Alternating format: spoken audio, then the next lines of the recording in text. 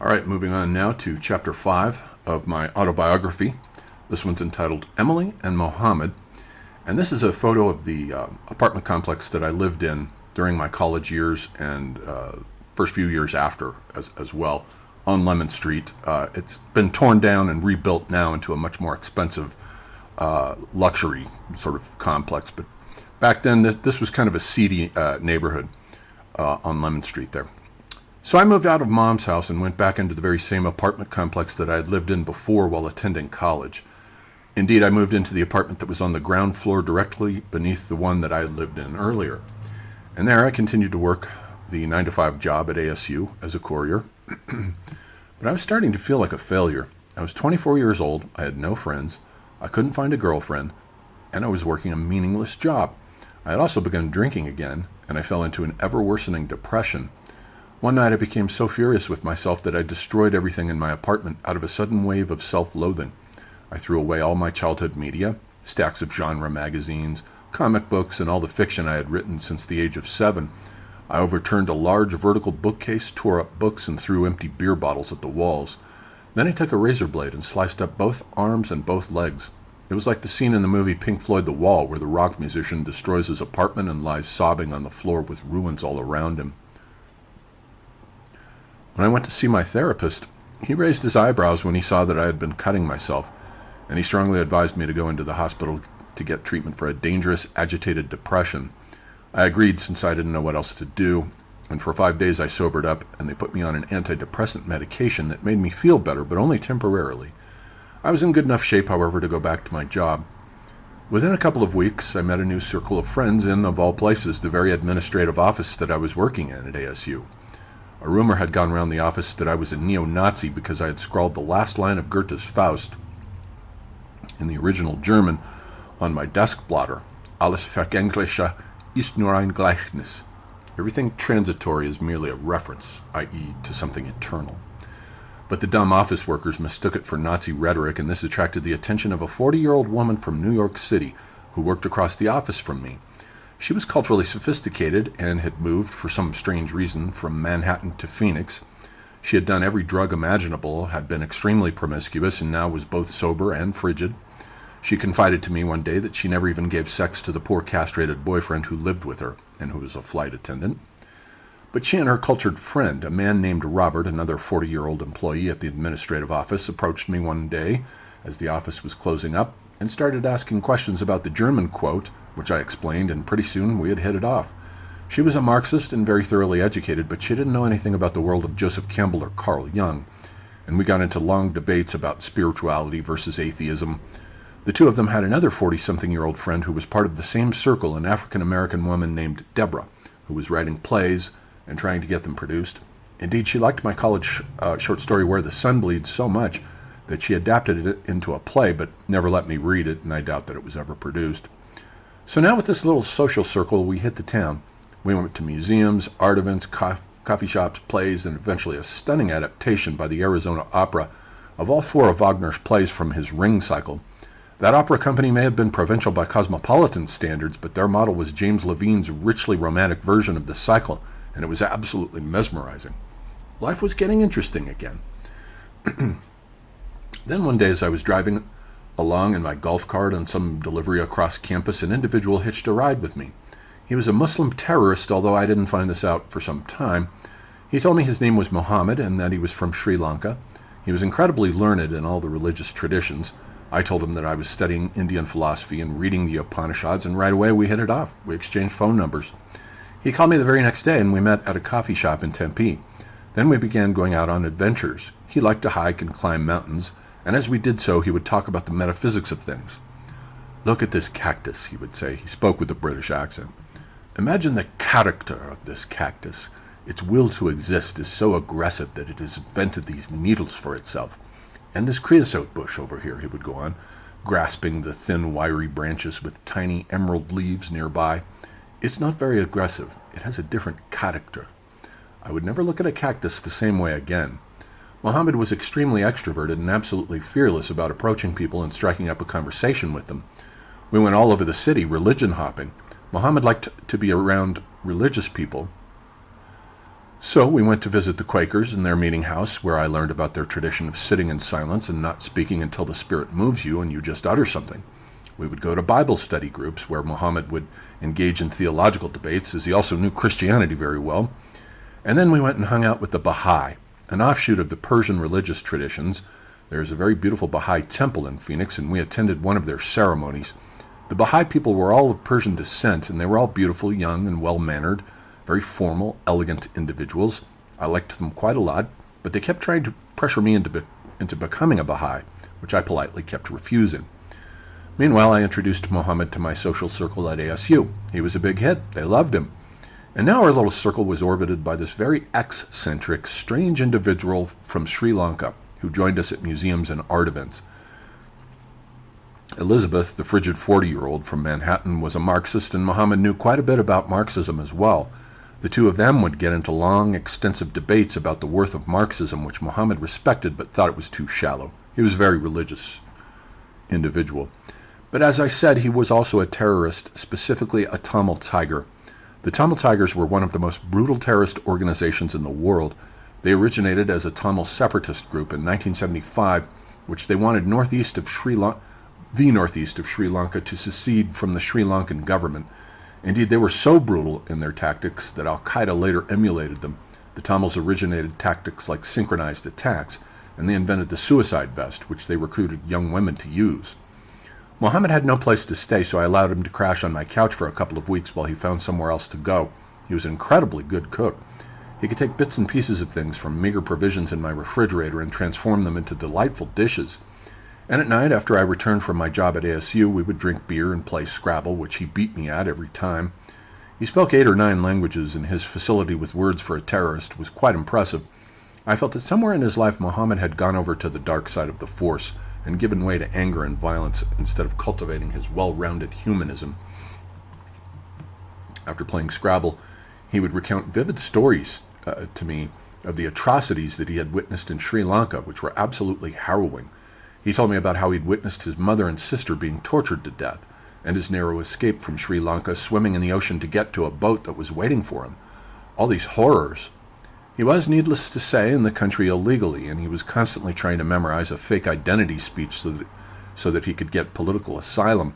He was afraid of being deported and sent back to Sri Lanka.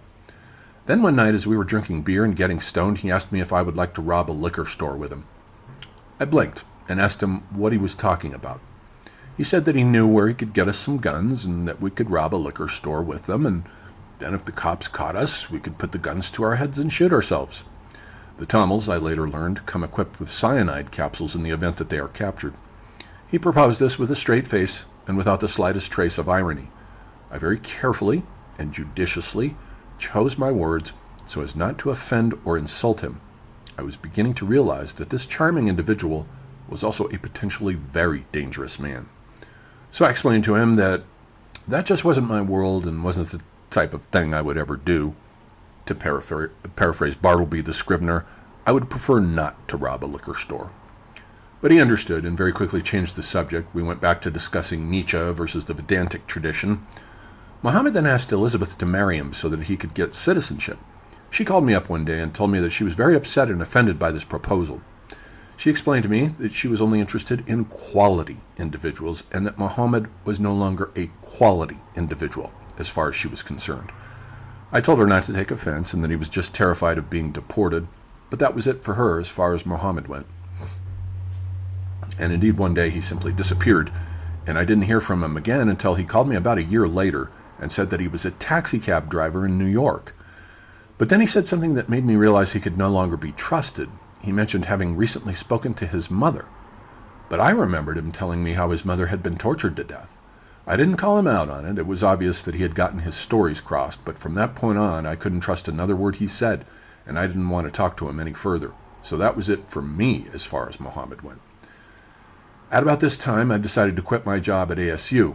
The 9-to-5 grind was wearing me down, and I was getting depressed again. Elizabeth had become my supervisor at work, and that put stress on our friendship. I gave her my formal notice and was gone from the job 2 weeks later. But job friends, as is well known, don't come with you when you leave, and so I was out of yet another social circle. But because of Muhammad, and I owe him a huge debt of gratitude for coming into my life and setting in motion the following train of events. One tiny little social thread remained, the Baha'i. While visiting them, I had hit it off with a Persian fellow who was about my age, named Shahram. He enjoyed my knowledge of Hindu philosophy, and I enjoyed his erudition regarding all things Baha'i. So after Muhammad was gone and my job friends at ASU were gone, I decided on a whim to call Shahram up and asked if he wanted to meet at a coffee shop to play chess. I've never been good at chess, though I liked the game, and I knew that Shahram was good at it. We began meeting at a coffee shop in Tempe on a regular basis to play chess. Now, Tempe at this time had been revitalized with the construction of a few new coffee shops, a huge one in particular known as Coffee Plantation. Only a few years before, Mill Avenue had been a dark, dilapidated, and run-down place, but these hip new coffee shops transformed it overnight into the happening place to be. Soon the entire street was absolutely swarming with people. Coffee Plantation had a large interior, and every night it was jam-packed with young people, skateboarders, homeless people living on Mill Avenue, many tribes of Goths. The outside arcade had probably a couple of hundred people a night hanging out there. So Shahram and I were meeting at the coffee shop directly across the street, a very small, quiet, but elegant one. We would sip Turkish coffee and play chess. He beat me every single time, just as Mohammed had beat me at Scrabble, but I was intent on beating him at least once. I would sit there hyper-focused on caffeine, trying to visualize a strategy with which I could beat him. And then one night, the individual who had been sitting next to us got up to refill his coffee cup, and I noticed that the book he had been reading was Joseph Campbell's Hero with a Thousand Faces. When he returned, I explained to this individual that I was a sort of expert in all things Campbell, and we started talking about Campbell's books and his world. His name was Vincent, and he had a very severe stutter, as he had suffered from a brain injury inflicted upon him as a child by his violent father. But he had an extremely high IQ, and at once he insisted that I had to meet his friend, who had a degree in the philosophy of mathematics from Berkeley. I was intrigued. He brought his friend over from Coffee Plantation, who greeted me politely, but he was not impressed with me and wandered away. I knew that I had to win him over, though. I wanted to know about the philosophy of mathematics, as I was just at that time becoming interested in the metaphysics of science. Every night then, I went down to Coffee Plantation to hang out with these two individuals, Vinny and Tom.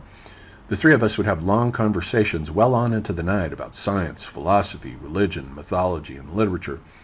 Very often we would be the last three people still standing, and as time went on, and Tom and I hit it off, it was often just the two of us, still standing with coffee cups in our hands as the sky was just beginning to turn lavender with the dawn. Tom taught me about Einsteinian relativity, and we would go back and forth, science and the humanities, left brain, right brain, all night long.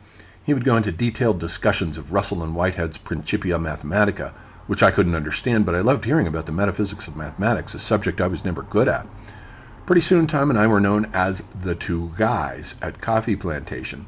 We became the guys that you talk to if you want to learn about culture, art, science, and philosophy. We formed the center of a large circle of intellectuals that began to gather around us. One guy was a middle-aged Marxist who, rather paradoxically, liked Carl Jung. Another kid was studying to be an anthropologist, and he despised Joseph Campbell, so I thought he was interesting. Another kid was into Ken Wilber, and I detested both him and Wilber.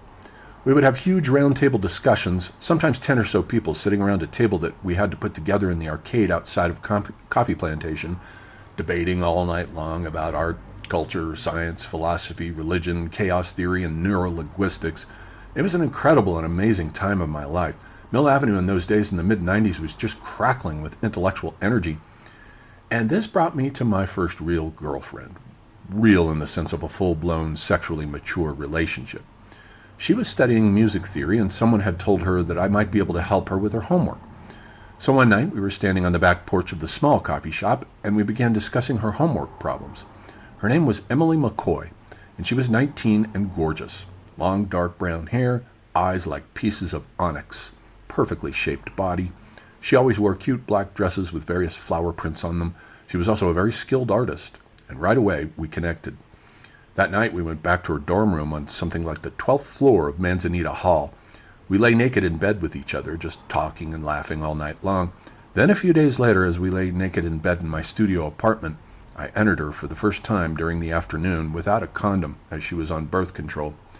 For the next 4 months, that apartment became a blur of sexual activity, a cartography of human flesh and sexual positions everywhere.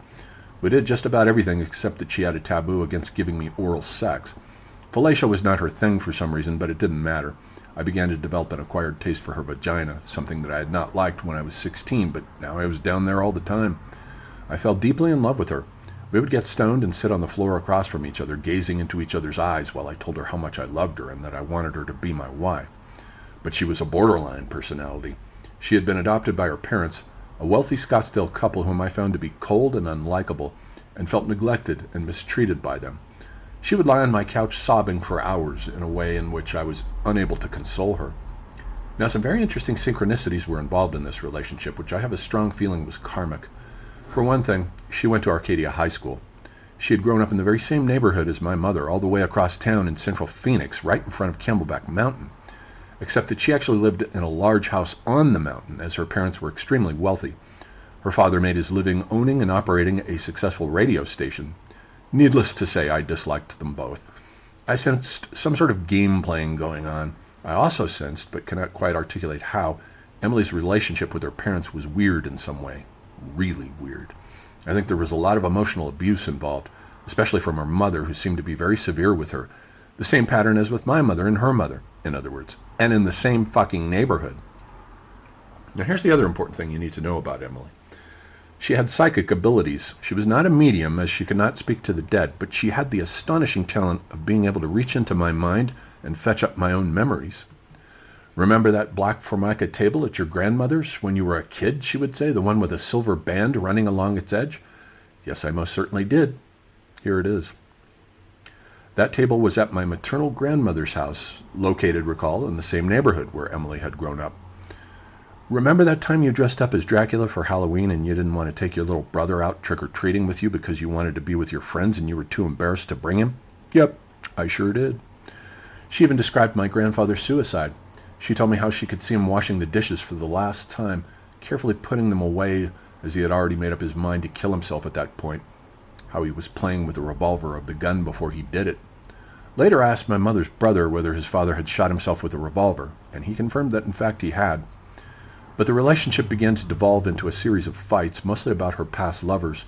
Proust, in Remembrance of Things Past, has a theory that relationships must be constantly stimulated by jealousy, otherwise they eventually grow boring. And perhaps he was right.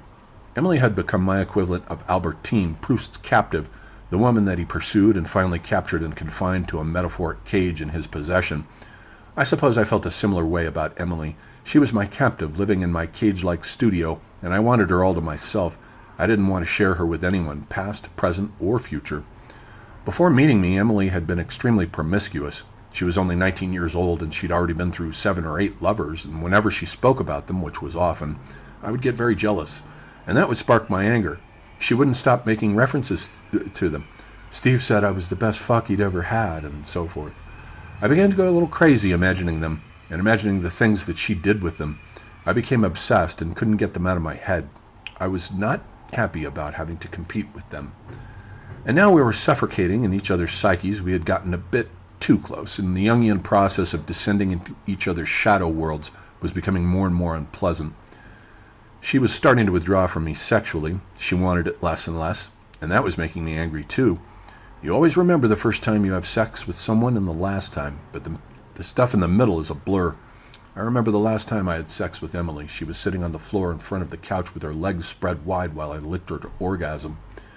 And then just a day or two later, it exploded.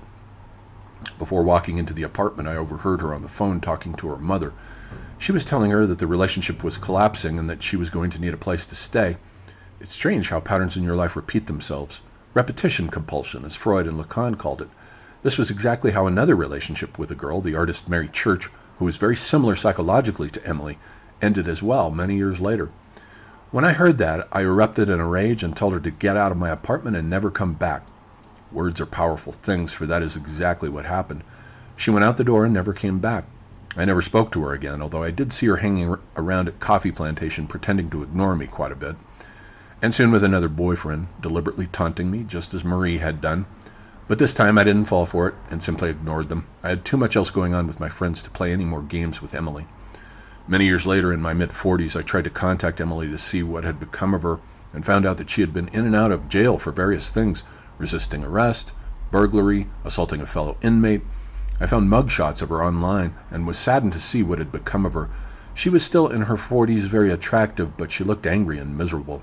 My heart is so broken for her. I was, however, completely devastated. I could not understand how something that had started out so sweet had gotten so bitter so quickly.